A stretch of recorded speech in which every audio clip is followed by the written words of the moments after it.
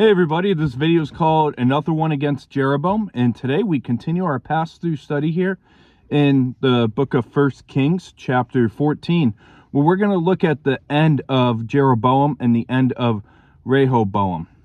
And so 1 Kings chapter 14, verse 1 through 3, it says, "At that time Abijah, the son of Jeroboam, became sick. And Jeroboam said to his wife, 'Please arise and disguise yourself, that they may not recognize you as the wife of Jeroboam, and go to Shiloh. Indeed, Ahijah the prophet is there, who told me that I would be king over this people. Also take with you 10 loaves, some cakes, some jar of honey, and go with him, and he will tell you what will become of the child.'" So at that time, it likely indicates a time shortly after the incident that we looked at yesterday. And Abijah means "my father is the Lord," and Jeroboam's son's name implies that the father desired to be regarded as a worshiper of the Lord at the time of his son's birth. And Abijah was referred to as a child, and it was a term that was used from childhood through young adulthood. And of all Jeroboam's family, Abijah was the most responsive to the Lord. As you see in the upcoming verse 13, it says, "And all Israel shall mourn for him and bury him, for he is the only one of Jeroboam who shall come to the grave, because in him there is found something good toward the Lord God of Israel in the house of Jeroboam."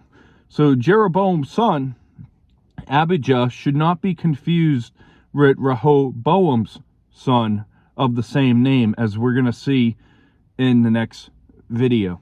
And probably for the avoidance of recognition by the people, Jeroboam, he called for his wife to disguise herself when they were consulting the prophet of the Lord. And 10 loaves was simple, ordinary food gifted that was added to the disguise, as seen in 1 Samuel chapter 9, verse 7 and 8, and 2 Kings chapter 8, verse 8. And 10 loaves of bread, some cakes, and a jar of honey reflected the means of a common person. It did not reflect royalty. And why did Jeroboam seek the prophet? We see that he had a sick child that troubled him, and it prompted him to the prophets, which was very common at this time period for people to seek prophets when it came to health matters. You see that in 2 Kings 1:2, 2 Kings 4:22, 2 Kings chapter 4 verse 40, and 2 Kings chapter 5 verse 3. And as like many, Jeroboam in a time of need, he turned to the true God and the men of God. And we see that even among us today, that even people who want nothing to do with God, when something traumatic happens in their life or something really like hardship, sometimes they start seeking God, even if it's not authentic or not. And he knew that idols could not help him in any true crisis, and he did not ask the prophet to pray, but he wanted to use the prophet as a fortune teller rather than seek him for what the prophet should be as a man of God. In verse 4 through 6 it says, "And Jeroboam's wife did so, and she arose and went to Shiloh and came to the house of Ahijah. But Ahijah could not see, for his eyes were glazed by reason of his age. Now the Lord said to Ahijah, 'Here is the wife of Jeroboam coming to ask you something about her son, for he is sick. Thus and thus you shall say to her, for it will be when she comes in that she will pretend to be another woman.' And so it was, when Ahijah heard the sound of her footsteps as she came through the door, he said, 'Come in, wife of Jeroboam. Why do you pretend to be another person? For I have been sent to you with bad news.'" So we see Ahijah's wife did not need to be disguised, as his old age affected his vision naturally. And her disguise and his blindness did not matter, because we see that God told Ahijah the truth of the matter.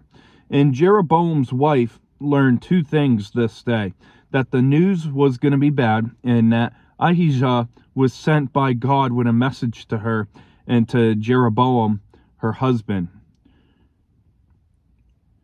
And verse 7 through 11 says, "Go tell Jeroboam, thus says the Lord God of Israel, because I exalted you from among the people and made you ruler over my people Israel, and tore the kingdom away from the house of David and gave it to you, yet you have not been as my servant David, who has kept my commandments, who has followed me with all his heart to do what was right in my eyes. But you have done more evil than all who were before you, for you have gone and made for yourselves other gods and molded images to provoke me to anger, and have cast me behind your back. Therefore, behold, I will bring disaster on the house of Jeroboam, and will cut off from Jeroboam every male in Israel, bond and free. I will take away the remnant of the house of Jeroboam, as one takes away refuse until it is all gone. And the dog shall eat whatever belongs to Jeroboam and dies in the city, and the birds of the air shall eat whoever dies in the field, for the Lord has spoken." So we see some very hard verses to consume in these verses. But Jeroboam, he had not only failed to live up to the standard of David, but his wickedness had surpassed that even Saul and Solomon looked like angels compared to him. And he had installed a paganized system of worship for the entire population of the northern kingdom, as seen in chapter 16 and 2 Kings 21, verse 11. And he became the measuring line for the bad kings of Israel to come. And what a powerful description in verse 9, where it says, "But you have done more evil than all who were before you. For you have gone and made for yourself other gods and molded images to provoke me to anger, and have cast me behind your back." And so, verse 9, it's a very powerful description to me. And it's just like Ezekiel 23:35 that says, "Because you have forgotten me and cast me behind your back, therefore you shall bear the penalty of your lewdness and your harlotry." And the covenant curse of Deuteronomy 28, verse 26. You probably remember that passage last year we went through, where God broke down the covenant as simple as this: there are blessings for obedience, and then there is cursings for disobedience. But we see that it was applied to Jeroboam's male descendants. And Jeroboam could have had a lasting dynasty, but he wasted the promise of God with his unbelief and his idolatry and his outright rejection of God. In verse 12 through 16 it says, "Arise, therefore, go to your own house. When your feet enter the city, the child shall die. And all Israel shall mourn for him and bury him, for he is the only one of Jeroboam who shall come to the grave, because in him there is found something good toward the Lord God of Israel in the house of Jeroboam. Moreover, the Lord will raise up for himself a king over Israel, who shall cut off the house of Jeroboam. This is the day, what even now? For the Lord will strike Israel as a reed is shaken in the water. He will uproot Israel from the good land which he gave to their fathers, and will scatter them beyond the river, because they have made their wooded images, provoking the Lord to anger. And he will give Israel up because of the sins of Jeroboam, who sinned and made Israel sin." So Jeroboam, he sent his wife, as we see from the start, to discover the fate of his son with the bad news that his son would die. And in a way, his death would be a demonstration of mercy, if you wanted to try to look at it optimistically, because at least he would be buried in honor and properly mourned. And such great judgment was coming upon the house of Jeroboam that all would see that by comparison, that this son, even though he was going to die as a child, would be blessed in his death. And in verse 15, it would finally be fulfilled 300 years later. Verse 15 said, "For the Lord will strike Israel as a reed is shaken in the water. He will uproot Israel from the good land which he gave to their fathers, and will scatter them beyond the river, because they have made their wooded images, provoking the Lord to anger." But God knew that the root of Jeroboam's apostasy would eventually result in the bitter fruit of national exile. And Israel would receive judgment for joining his apostasy. And that would sway like a reed in a rushing river. And we see that the prophecy here is fulfilled later in the next study, 2 Kings chapter 17, verse 23, when Israel was uprooted from the Palestinian soil and scattered into the exile east of the Euphrates. In verse 17 and 18 says, "Then Jeroboam's wife arose and departed and came to Tirzah. When she came to the threshold of the house, the child died. And they buried him, and all Israel mourned for him, according to the word of the Lord, which he spoke through his servant Ahijah the prophet." So, verse 17 and 18 here, Jeroboam had apparently moved his capital from Shechem to Tirzah, and that was located in the tribal region of Manasseh, approximately 7.5 miles or 7 miles northeast of Shechem and 35 miles north of Jerusalem. In Tirzah, it was famously known for its beauty, as seen in the book of Song of Solomon, chapter 6, verse 4. And the immediate prophecy of the death of Jeroboam's son was exactly fulfilled. In verse 19-20 says, "Now the rest of the acts of Jeroboam, how he made war and how he reigned, indeed they are written in the book of the Chronicles of the kings of Israel. The period that Jeroboam reigned was 22 years, so he rested with his fathers. Then Nadab, his son, reigned in his place." So 2 Chronicles chapter 13, verse 20, it tells us that the Lord had struck Jeroboam and he died. And we see that Jeroboam, in that account, he died of something almost like a stroke after losing 500,000 of his men in one battle with Abijah and the king of Judah. And we see that he reigned for 22 years between the years of 931 and 910 BC. In verse 21-24 says, "And Rehoboam, the son of Solomon, reigned in Judah. Rehoboam was 41 years old when he became king, and he reigned 17 years in Jerusalem, the city which the Lord had chosen out of all the tribes of Israel, to put his name there. His mother's name was Naamah, an Ammonitess. Now Judah did evil in the sight of the Lord, and they provoked him to jealousy with their sins, when they had committed more than all that their fathers had done.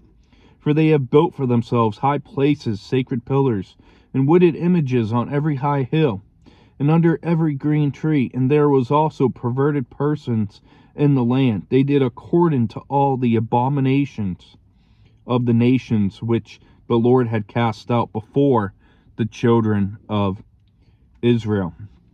And so Rehoboam, he reigned for 17 years between 931 and 913 BC.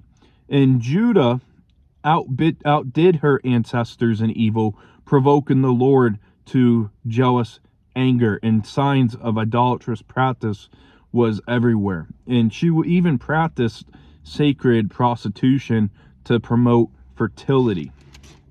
And Judah had begun the downward spiral or slide toward doom that Israel was in. And today it's America.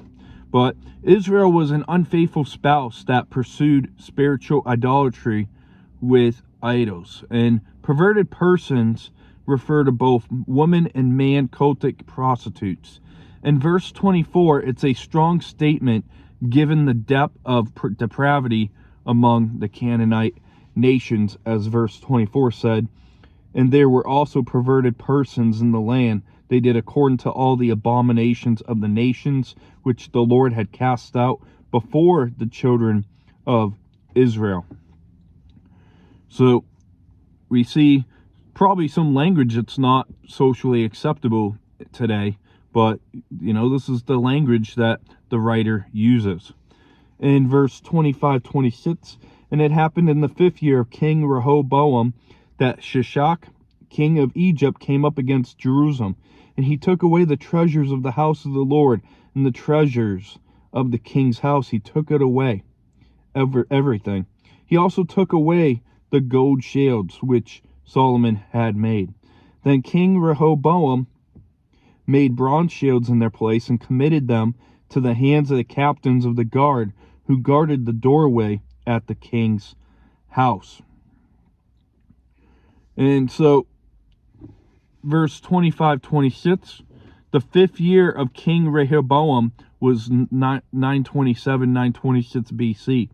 And Shishak was the king of Egypt that came against Jerusalem, who's also spoken about later in 2 Chronicles 12, which gave many details that the writer of 1 Kings summarized. And we'll study all that later in 2 Chronicles later in the summertime. And Solomon left him great wealth, both in the temple and in the palace. And after 5 years, that wealth was largely gone. And remember, back in chapter 10, verse 16-17, it mentioned 500 shields, 200 large and 300 small. And the king of Egypt, he stole them. And Pastor and President Russell Day, he's the old president of the Southern Western Baptist Theological Seminary, he estimated that these large shields held approximately value worth of $120,000. And the smaller shields were approximately $30,000. And so about $33 million was invested in gold ceremonial shields, and they were taken by the Egyptians. And that's one reason why we should never get caught up in materialistic things, because you can be wealthy and have it all be taken from you. But verse 27-28, going to reread verse 27 here. It says, Then King Rehoboam made bronze shields in their place and committed them to the hands of the captains of the guard who guarded the doorway of the king's house. And whenever the king entered the house of the Lord, the guards carried them and then brought them back into the guard room.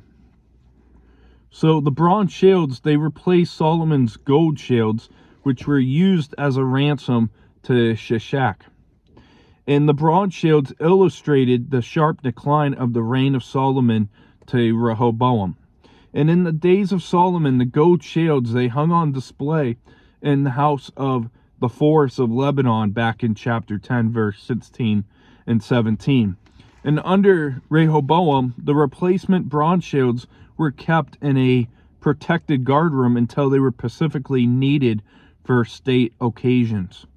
In verse 29-31, it says, Now the rest of the acts of Rehoboam and all that he did, are they not written in the book of the Chronicles of the kings of Judah? And there was war between Rehoboam and Jeroboam all their days. So Rehoboam rested with his fathers and was buried with his fathers in the city of David. His mother's name was Naamah the Ammonitess. Then Abijam, his son, reigned in his place. So we see that the chapter wraps up right around here. And we see that Rehoboam has now passed, and later on in the account of 2 Chronicles 12:14, it is said that he did evil because he did not prepare his heart to seek the Lord. And he lacked the personal relationship with God. And the account ends with being introduced to the Ammonite mother, and many border skirmishes erupted as the armies in the north-south maneuvered for tactical advantage and control of territory. And a major battle ultimately erupted during the reign of Abijah, as 2 Chronicles chapter 13 is going to account of. So like I said, a lot of 1 Kings and 2 Kings, you're going to see there's an account given in the next book of the Chronicles. And like I said, Lord willing, we'll be in those books looking at it again throughout the summer. So Second Chronicles chapter 12 verse 6 and 7, it showed that Rehoboam governed as a tyrant from the start, but he humbled himself to God at the end of his life. And Jeroboam, he governed as a populist, but he ended up horribly after starting with a great promise. And so to wrap up today's video, we're going to have a quick wrap up here. And, we looked at Jeroboam sending his wife on a mission to use a prophet as a fortune teller. And we saw that she met with the prophet Ahijah, and we saw that the prophet declared God's judgment on the house of Jeroboam. And we saw the immediate judgment and the distant judgment that was to take place in the text.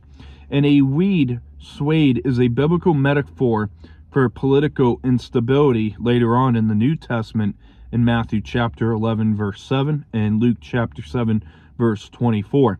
And we saw that the immediate judgment was fulfilled immediately with the death of their son. And we saw that the death of Jeroboam in the summary of his reign. And we saw Judah's sin provoked God to jealousy, and we saw that God chastised Rehoboam through Egypt. And we witnessed the decline of the kingdom of Judah